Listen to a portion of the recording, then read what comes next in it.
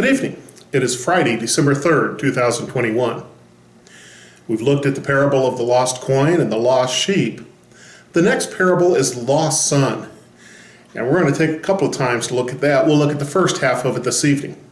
In Luke chapter 15, verses 11 through 19, and I'm reading from the New Living Translation, second edition, we see the parable of the lost son. To illustrate the point further, Jesus told them this story. A man had two sons. The younger son told his father, "I want my share of your estate now before you die." So his father agreed to divide his wealth between his sons. A few days later, this younger son packed all his belongings and moved to a distant land. And there he wasted all his money in wild living. About that time, his money ran out. A great famine swept over the land, and he began to starve. He persuaded a local farmer to hire him, and the man sent him into his fields to feed the pigs. The young man became so hungry that even the pods he was feeding the pigs looked good to him, but no one gave him anything. When he finally came to his senses, he said to himself, "At home, even the hired servants have food enough to spare, and here I am dying of hunger. I'll go home to my father and say, 'Father, I've sinned against both heaven and you, and I'm no longer worthy of being called your son. Please take me on as a hired servant.'" Wow. The first sin of the younger son is his demand, "I want." You know, you can want a whole bunch of stuff. And it's a symptom of a spiritual disease when your want to and your want of stuff overwhelms your good sense. There's nothing wrong with having desires.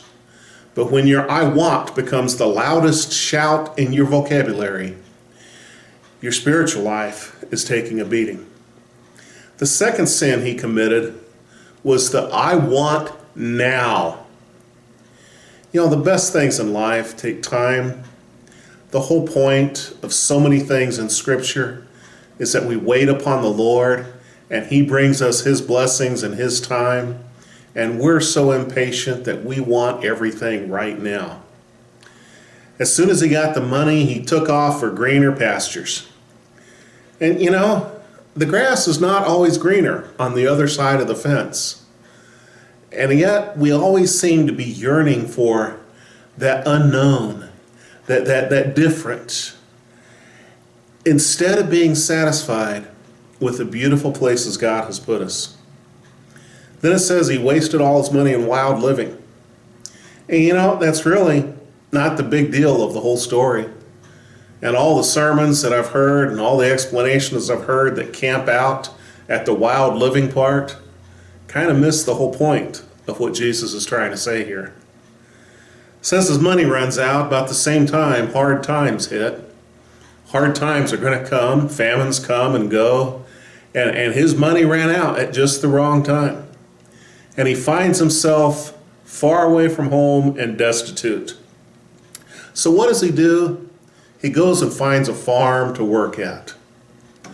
Here's a good Jewish boy working on a pig farm.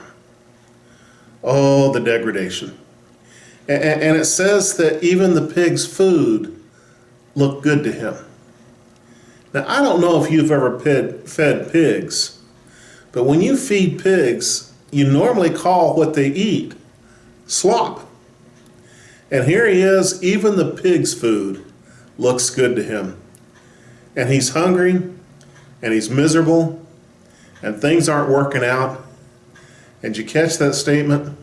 No one's giving him anything. Welcome to adult life. Welcome to the adult world. No one's giving you anything. You hear the cosmic resources screaming at this kid, grow up. No one's giving him anything. And then he learns a very significant lesson.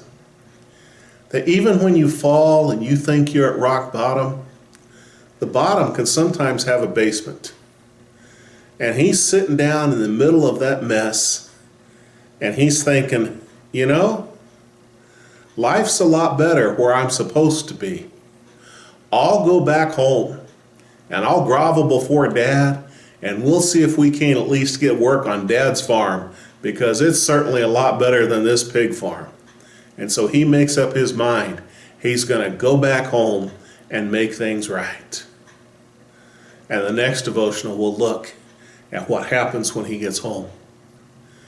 I don't know where you are in your walk with God right now, but if you've wandered far away and you're trying to make life all to yourself and you're learning adult lessons that nobody gives you anything and you're struggling, I want you to understand that God has a better place for you. And sometimes we don't need to stay at rock bottom. We just need to humble ourselves and come home. May you come home this week. God bless you.